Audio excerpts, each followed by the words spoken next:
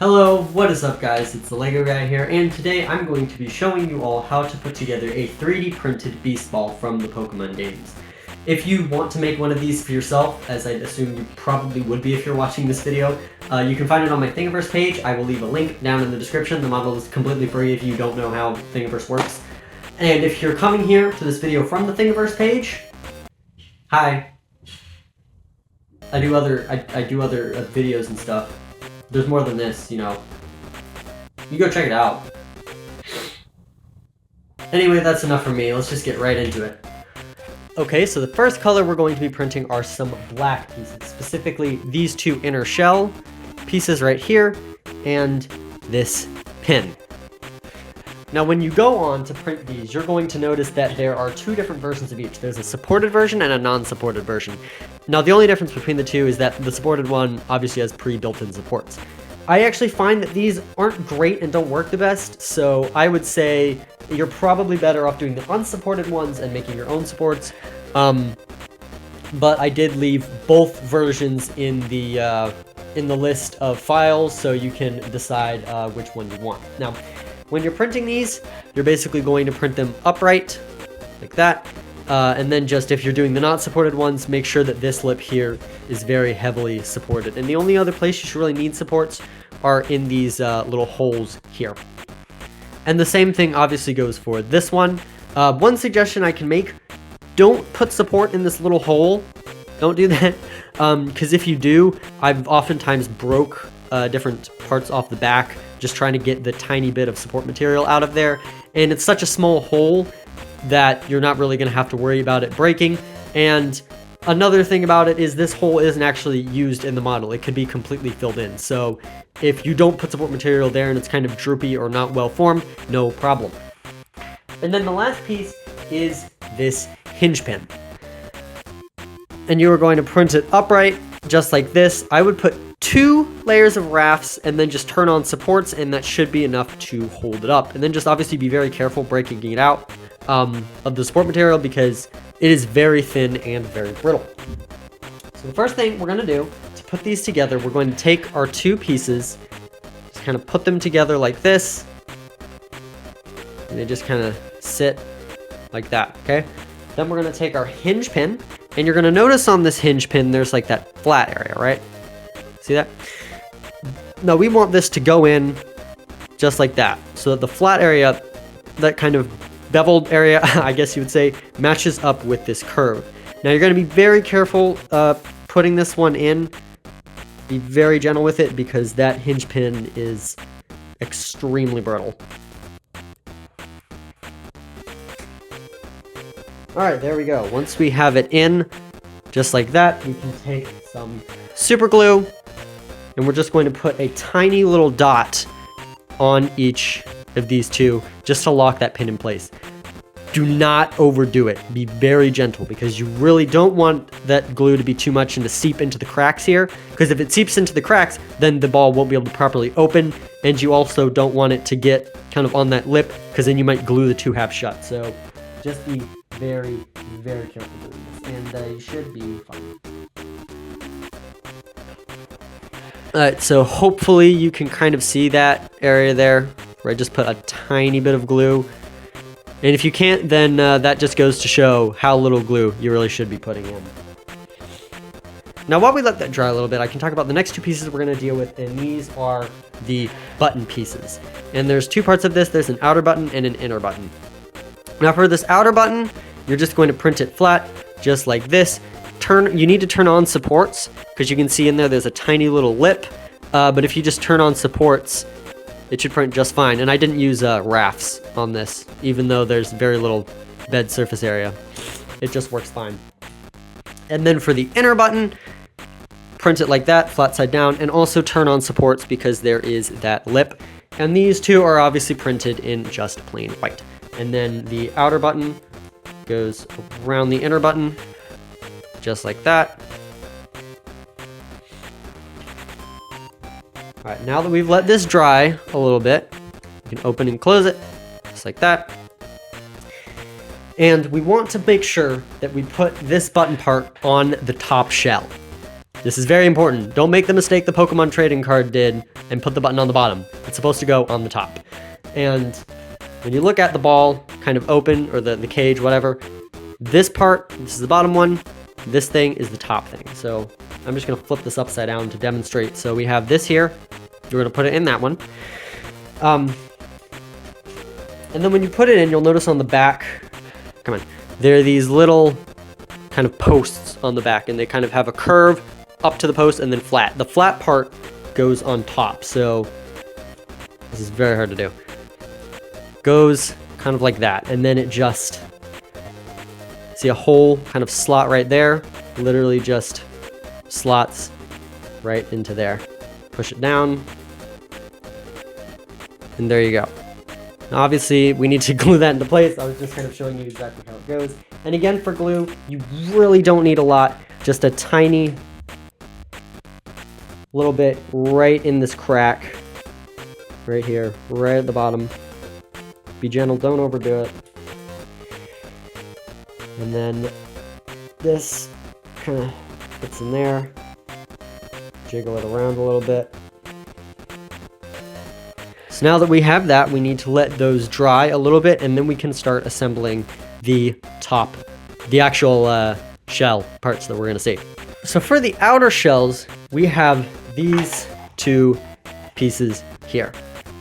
And these you're going to want to print in a very light blue. In fact, it actually looks much darker on camera than it does in real life. This is a very, very light colored blue, which might seem weird for the Beast Ball, considering Beast Ball is a much darker blue, but we're gonna get to why this needs to be light blue. Basically, the lines on the Beast Ball you see, the lighter lines, that's what the shell actually has to be made out of. You would think, conventionally, you'd probably want to have a darker shell and then make the lighter things like plates that go on top. But if you were to actually try to do that, it would be very hard to actually make an overlay that fit properly. So it's going to be much better to just do it this way and have the actual shell part be the lighter part, and then the blue, kind of darker blue, as plating that goes on top of this.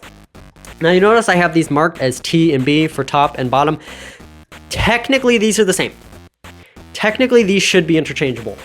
I don't know how that is in practice, so that's why I put them down as specifically made sure I knew which one was top and bottom and marked them.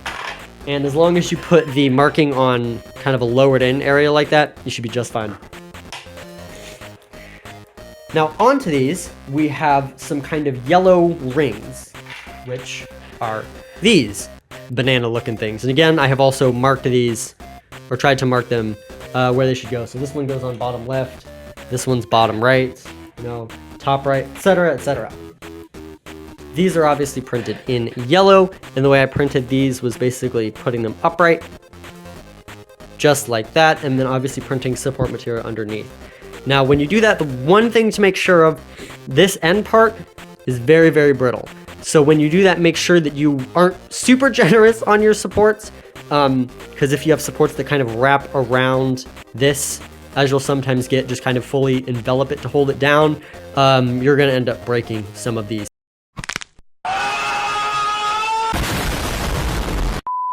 So just be careful when you put in the supports. Now when we actually put these in, let me get, here's top right, okay. So we have this, and you're gonna notice there's kind of this flat area here. And that's where this is gonna go, in that flat area. And you'll notice here, there's some kind of little notches. And the notches go where these bars go, okay? So here we have top, this one goes top right, so this one kind of sits right like that, if you will, okay? Just like that. And then we can glue all four of the ones into place where they're supposed to be. And the best way I can suggest getting these rings are, just make a line of glue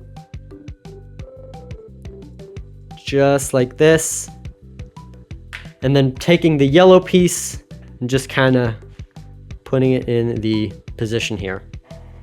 All right, now we have the almost completed shell parts. You can see they kind of line up just like that. And now that our inner shell is done, we can connect our inner shell to our outer shell. Okay, so I put on one of the shells, the bottom one here.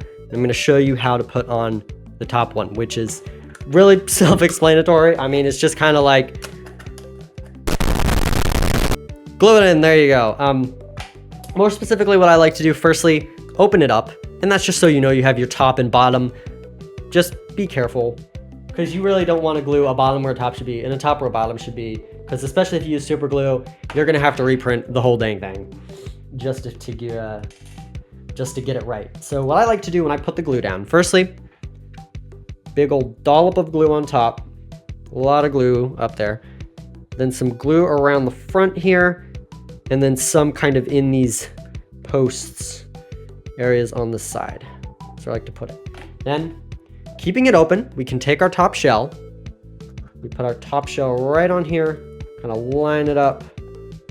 Once we have it well lined up, so take my finger, press it down in this kind of hole where the emitter disc would go. So we're gonna hold it there for a second, you know, make sure it's kind of glued down, try to maybe reshape it if we need to, and then close it up and just hold it closed from here. Now from this, I can immediately tell that I glued mine a little bit leaning forward. That's really okay, because we're gonna be looking at it like this. And if you have a little gap, like you can tell I have a black gap there, don't worry about it. You're going to get it, it's fine. The only thing you want to make sure is that it obviously all glues together, and you can press it and open it up and it does that. And it should open up all the way because there's this little hole in the back, which also, if you print your things and they have that little divot back there, don't worry, that's supposed to be there. If that wasn't there, the ball would not be able to open. But because of that, we can now have a fully functioning beast ball. Now the thing is, all this, very simple, very trivial. I could have just written that in the instructions for the model. Why on earth is this so complicated? And that's because of all of these. We have to put on all of these. And the way that I have all of these named is kind of confusing. The way they all go on, kind of confusing. So that's why I basically made this video to show the creation process, because it's much simpler to just show you rather than to try to explain it. So when you look at all the models in there, what you're going to see is that all the plating ones have basically a 2-number system. So it'll be something like 2-4 or 3-6, 1-1, something like that. And all those numbers basically correspond to which kind of plating area on here they go. Now the way I've printed these to try to organize them is all the ones that start with 1 right here, all the ones that start with 2 right here, all the ones that 3 here, all the ones with 4 here, etc, etc, etc. And then the second number basically means how high up it is. So here's 1-1, 1-2, 1-3, 2-1, 2-2, 2-3, etc. And then the 2 pieces up here, you notice they look very different, to just keep out for our piece called 1 and 2 back and a piece called 7 and 8 back. And best way to think about this, think about 1-6 and 2-6 as conjoined twins, and you're printing them together. So that's the only thing to look out for. But basically 1 and 2 back is 1-6 and 2-6 combined into one piece. And 7 and 8 back is 7-6 and 8-6 combined into one piece. I'll try to explain it better when I actually put these on. Lego guy in post here, just wanted to say I've done a bit of editing to the model since I recorded this video and before it came out. So this piece 1 and 2 back and 7 and 8 back, you're not going to see it. You are going to see pieces named 1-6, 2-6, 7-6, and 8-6. Those are the pieces you're going to want to print, and those are going to act like all the other -6 pieces, 4-6, 3-6, 6-6, etc, etc, etc. I just wanted to make this correction because after actually recording and building the ball, I realized just how complicated these pieces were and how needless these complications actually were. Hopefully what I'm saying makes sense. It's just you're not going to see these back pieces, you're just going to see your normal -6s just like everything else. Now, how does this correspond to this actual beast ball? Now, the first number is what kind of area it is around the circle in that of a clock. So basically all the 1s go here, all the 2s go here, all the 3s here, all the 4s here, all the 5s here, etc, etc, etc. So, I'm Lego guy in post here. So I got so flustered trying to explain what the first number meant, I just straight up forgot to explain what the second number corresponded to on the ball. Luckily, it is super duper simple. So the second number will range from 1 to 6, and that number will determine how far back that plate lies. So if the number ends in 1, let's say it's 1-1, it means that it's going to be right up front. Then behind that, you're going to have 1-2. Going all the way to on the back, you would have 1-6. Keeping that as the top. I'm going to pull off 1-1 right here. This is piece number 1-1. It's pulling up its rafts with it. Okay, and here's piece 1-1. So looking at this, the first number is 1. So if I look around it like a clock, this is 1. So I know that it has to go on this row here. And because it's a -1, it means it's up front. So it goes just like this right here. And I can just glue that into place very simply. Put on some glue. Sit that in, just like that. All right, now it is glued down. So now I can take it and we can go, okay, let's go 1-2. Right here. Pull off the rafts. And now we know it's 1-2. So we know it has to be around the clock. This is 1, so it has to be here. And -2 means it's the second one back. So here, just like that. You see? And there's that plate on. Now let's get another number. Let's get 5-3, for instance. Now, reasonably, when you're building this, it would not make sense to go around and put them on in random orders. It would be much easier to do it systematically, but I'm just trying to show that whatever number you get, you can very easily figure out where it goes. So if I have 5-3, we're gonna look at it like a clock. We're looking for 5. Here's 1, 2, 3, 4, here's 5. So we know it has to be on this row, and we know that it's on the third one. So here's the first one, here's the second one, here's the third one. We know that 5-3 goes right there. And glue that into place so I don't lose it. And once all the plating is on, we finally have the fully 3D printed Beast Ball that is fully functional with a button and a hinge.